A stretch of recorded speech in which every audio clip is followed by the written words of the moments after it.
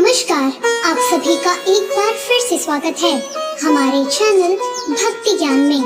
आप सभी को नवरात्र के छठे दिन की हार्दिक शुभकामनाएं। आइए नवरात्र के छठे दिन सुनते हैं माँ दुर्गा के छठवें स्वरूप की कहानी। नव दुर्गा के 9 स्वरूपों में देवी के छठे रूप को देवी कात्यायनी के नाम से पूजा जाता है। माँ कात्यायनी की पूजा नवरात्रि के छठे दिन यानी षष्ठी को बड़े धूमधाम से की जाती है। देवी की महिमा को लेकर 2 कथाएं हिंदू धर्म में बहुत प्रचलित हैं। देवी के इस स्वरूप की महत्तम कथा ऋषि कात्यायन से जुड़ी होने के कारण उनका नाम कात्यायनी पड़ा। वहीं देवी की महिमा कथा दुराचारी महिषासुर के वध से भी जुड़ी हुई है। आइए सुनते हैं देवी कात्यायनी की कथा। देवी कात्यायनी का स्वरूप बहुत ही उज्जवल और ज्योतिर्मय है। इस स्वरूप में देवी की 4 भुजाएं हैं। इनमें से दाईं तरफ वाली ऊपर की भुजा अभय मुद्रा में है और नीचे वाली भुजा वर मुद्रा में। वहीं बाईं तरफ वाली नीचे की भुजा में तलवार और ऊपर वाली भुजा में कमल का पुष्प सुसज्जित है। देवी कात्यायनी का वाहन सिंह है। देवी कात्यायनी की कथा हमें देवी भागवत महात्म और मार्कंडेय पुराण में मिलती है। पुराणों के अनुसार कत नाम के एक बहुत ही प्रसिद्ध महर्षि हुए थे। उनके एक पुत्र थे जिनका नाम था ऋषि कात्य। आगे जाकर ऋषि कात्य के गोत्र में महर्षि कात्यायन का जन्म हुआ और ऋषि अपने तप के कारण विश्व प्रसिद्ध हुए। ऋषि कात्यायन की इच्छा थी कि देवी भगवती उनके घर पुत्री के रूप में जन्म ले, इसलिए उन्होंने कई वर्षों तक देवी भगवती की कठोर तपस्या भी की। मान्यता है कि ऋषि कात्यायन की ऐसी एक निष्ठ तपस्या को देखकर उनसे प्रसन्न होकर देवी भगवती ने उनकी इच्छा का मान रखते हुए उनके घर में जन्म लिया। ऋषि कात्यायन की पुत्री होने के कारण ही देवी भगवती कात्यायनी कहलाई। महर्षि कात्यायन ने बड़े प्रेम से देवी कात्यायनी का पालन पोषण किया था। कुछ समय बीता, पृथ्वी पर दुराचारी महिषासुर का उपद्रव सारी सीमाएं लांघ रहा था। महिषासुर को ये वरदान मिला था कि कोई भी पुरुष उसे कभी पराजित नहीं कर सकता और न ही उसका अंत कर सकता है, इसलिए उसे किसी का डर नहीं था। और देखते ही देखते उसने देवलोक पर भी अपना कब्जा कर लिया।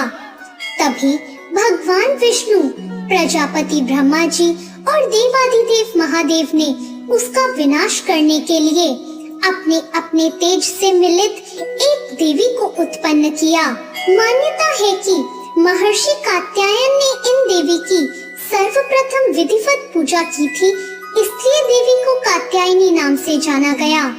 वहीं देवी कात्यायनी से जुड़ी एक और पौराणिक कथा के अनुसार देवी की उत्पत्ति महर्षि कात्यायन के यहाँ अश्विन महीने में कृष्ण चतुर्दशी को हुई थी। इसके बाद महर्षि ने शुक्ल सप्तमी, अष्टमी और नवमी तक देवी की अपने आश्रम में विधिवत पूजा अर्चना की और दशमी को देवी के इस स्वरूप में महिषासुर का वध किया था।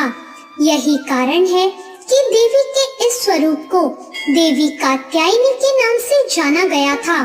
महिषासुर का अंत करने के कारण देवी को महिषासुर मर्दानी के नाम से भी जाना गया। दोस्तों, माना जाता है कि देवी दुर्गा का यह स्वरूप अमोघ फलदायिनी है। ब्रज की गोपियों ने करुणावतार श्री कृष्ण को अपने पति के रूप में पाने के लिए कालिंदी यमुना के किनारे देवी कात्यायनी की ही आराधना की थी। इसी कारण वर्तमान में भी देवी कात्यायनी समस्त ब्रजमंडल की अधिष्ठात्री देवी हैं। स्कंद पुराण में देवी कात्यायनी के बारे में उल्लेख मिलता है कि उनकी उत्पत्ति परमेश्वर के सांसारिक क्रोध से हुई थी। नवरात्रि के छठे दिन देवी दुर्गा के इस स्वरूप की पूजा काफी महत्व रखती है। ऐसी मान्यता है कि देवी कात्यायनी की पूजा में लाल और सफेद रंग के कपड़े पहनना बहुत शुभ होता है। मान्यता ये भी है कि माँ कात्यायनी के चरणों में अपना सब कुछ समर्पित करने से उनकी आराधना करने वाले भक्तों को उनके दर्शन प्राप्त होते हैं। देवी के इस स्वरूप के पूजन से भक्तों में एक अद्भुत शक्ति का संचार होता है। देवी कात्यायनी का ध्यान गोधूली बेला में किया जाना चाहिए। देवी कात्यायनी का आराधना मंत्र है ओम देवी कात्यायनी नमः, अर्थात ओमकार के जैसे निर्विकार स्वरूप वाली देवी कात्यायनी की कृपा और शुभ दृष्टि हम पर बनी रहे। हम उन्हें बारंबार नमस्कार करते हैं। दोस्तों, मान्यता है कि देवी कात्यायनी को शहद बहुत प्रिय है, इसलिए नवरात्र के छठे दिन देवी कात्यायनी की पूजा में शहद या शहद से बनी चीजों का भोग लगाना चाहिए। अब मैं आपको बताती हूँ देवी कात्यायनी की पूजा विधि। सबसे पहले सुबह जल्दी उठकर स्नान करें और साफ वस्त्र धारण करें। हाथ में फूल लेकर माता कात्यायनी का स्मरण करें और पूजा करने का संकल्प लें। पूजा के स्थान को गंगा जल से शुद्ध कर लें। अब पूजा स्थल पर माँ कात्यायनी की मूर्ति या चित्र को स्थापित करें। माँ कात्यायनी को रोली, कुमकुम, हल्दी, अक्षत और चंदन का तिलक लगाएं। पीले फूल, शहद, फल और मिष्ठान का भोग लगाएं। उसके बाद घी का दीपक जलाएं। देवी के मंत्रों का जाप करें। दुर्गा सप्तशती के छठे अध्याय का पाठ करना इस दिन शुभ माना गया है। अंत में माँ कात्यायनी की कथा पढ़कर उनकी आरती करें और अपने परिवार की सुख समृद्धि की प्रार्थना करें। पूजा में हुई कोई भी भूल के लिए क्षमा याचना करें। फिर माँ को लगाए गए भोग या प्रसाद को सबके साथ बांटकर खाएं। देवी कात्यायनी की विधिवत पूजन के बाद महादेव की भी पूजा करने की मान्यता है। देवी दुर्गा के कात्यायनी अवतार की कथा हमें ये सीख देती है कि अगर भक्ति और संकल्प सच्चा हो तो परम प्रकृति की कृपा सदैव हम पर बनी रहती है।